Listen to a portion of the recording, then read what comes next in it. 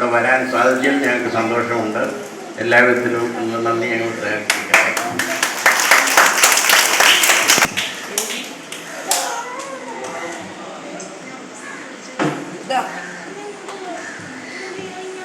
എല്ലാവർക്കും നമസ്കാരം. സുന്ദരിമാരും സുന്ദരന്മാരും ഒക്കെ ആയിട്ടുണ്ട് കേട്ടോ.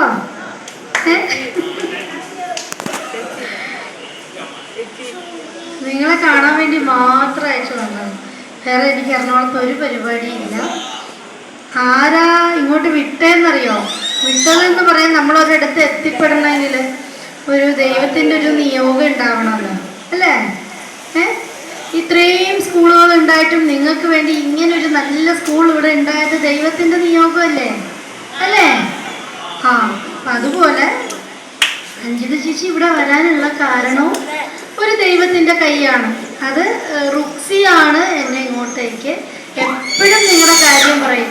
ഇല്ലേ, നിങ്ങൾക്കറിയില്ലേ? റുക്സി ചേച്ചീനെ അറിയില്ലേ നിങ്ങളുടെ? അപ്പോൾ ഇതിനു മുൻപും ഞാനിവിടെ വന്നിട്ടുണ്ട്.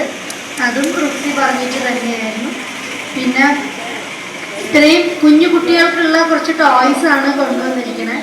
ഞാൻ വേറെ ഒന്നും, ഞാൻ അന്ന് വരുമ്പോൾ എല്ലാം കുറേ കൂടെ കുഞ്ഞു കുട്ടികളാണ്. അപ്പോൾ എനിക്ക് കുട്ടികളാണ് ഇവിടെ ഉള്ളത് എന്നുള്ളൊരു ധാരണയേ ഉണ്ടായിരുന്നുള്ളൂ. അപ്പോൾ ടോയ്സ് വാങ്ങിക്കുമ്പോൾ അങ്ങനെ മനസ്സിൽ കണ്ടിട്ടാണ് വാങ്ങിയിരിക്കുന്നത്. വേറൊരു കാര്യമുള്ളത്,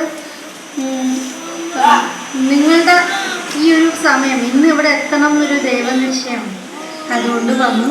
വലിയ സന്തോഷം. നിങ്ങളെല്ലാവരും നല്ല മിടുക്കന്മാരായിട്ടും മിടുക്കിമാരായിട്ടൊക്കെ ഇരിക്കുന്നുണ്ട് കേട്ടോ.